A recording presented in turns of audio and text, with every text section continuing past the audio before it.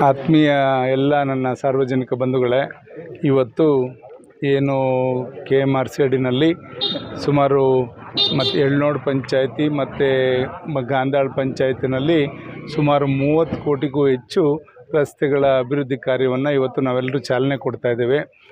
ಏನಾಗಿದೆ, ಇವತ್ತು ನಮ್ಮ ಕ್ಷೇತ್ರದಲ್ಲಿ ಸುಮಾರು 13 ಪಂಚಾಯತಿಗಳಲ್ಲಿ ನಮ್ಮ ಮೈನಿಂಗ್ ಏರಿಯಾ ಎಫೆಕ್ಟೆಡ್ ಏರಿಯಾಸ್ ಇರೋದ್ರಿಂದ ಅಲ್ಲೆಲ್ಲದನ್ನು ಕೂಡ ಇವತ್ತು ಅಭಿವೃದ್ಧಿ ಮಾಡಲಿಕ್ಕೆ ಚಾಚು ತಪ್ಪದೆ ಎಲ್ಲ ಭಾಗದಲ್ಲೂ ಕೂಡ ನಾವು ಕೆಲಸವನ್ನು ತಗೊಳ್ಳಿಕ್ಕೆ ನಾವು ಮುಂದಾಗ್ತಾ ಇದ್ದೇವೆ.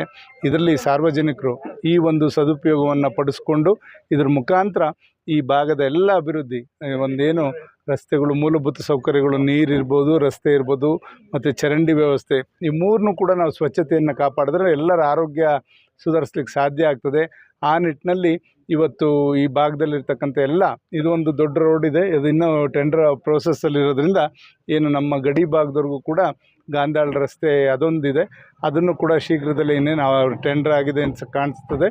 ಅದಾದ ತಕ್ಷಣ ಅದನ್ನು ಕೂಡ ಪೂಜೆ ಮಾಡಿ, ಅದು ಈಗ 8 ಇಂಚು ರಸ್ತೆಗಳು, ಇದು ಕಾಂಕ್ರೀಟ್ ರಸ್ತೆ, ಯಾವುದು ಸಿಮೆಂಟ್ ರಸ್ತೆಗಳಲ್ಲ, 8 ಇಂಚ್ ರಸ್ತೆ ಆಗಿರೋದ್ರಿಂದ ಇವತ್ತು 30-40 ವರ್ಷ ಆದರೆ ಏನೂ ಆಗಲ್ಲ.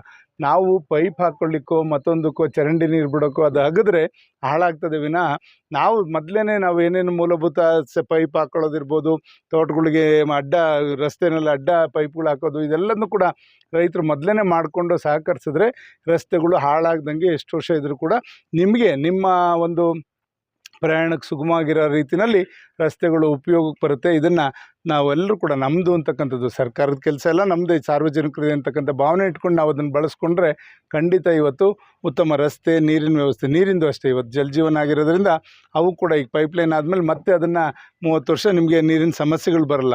ಈ ಥರ ಒಂದು ವ್ಯವಸ್ಥೆ ಲೈಟಿಂದೆಲ್ಲ ಕೂಡ ಪಂಚಾಯತಿಯವರೆಲ್ಲ ಕೂಡ ಇವತ್ತು ಸುಧಾರಿಸ್ಕೊಂಡು ಹೋಗುವ ನಿಟ್ಟಿನಲ್ಲಿ ನಾವು ಇವತ್ತು ಎಲ್ಲ ಕಾರ್ಯಕ್ರಮಗಳು ಕೂಡ ಚಾಲನೆಯನ್ನು ಕೊಡ್ತಾ ಇದ್ದೇವೆ. ಇದು ಜನಗಳ ಅನುಕೂಲಕ್ಕೆ ಒಳ್ಳೆಯದಾಗಲಿ ಅಂತಕ್ಕಂಥ ನಿಟ್ಟಿನಲ್ಲಿ ಈ ಎಲ್ಲ ಒಂದು ಸ್ವಚ್ಛತೆಯನ್ನು ಕಾಪಾಡೋ ನಿಟ್ಟಿನಲ್ಲಿ ನಾವೆಲ್ಲರೂ ಕೂಡ ಇದಕ್ಕೆ ಒಂದು ಅಡಿಗಲನ್ನ ಹಾಕಿದ್ದೇವೆ.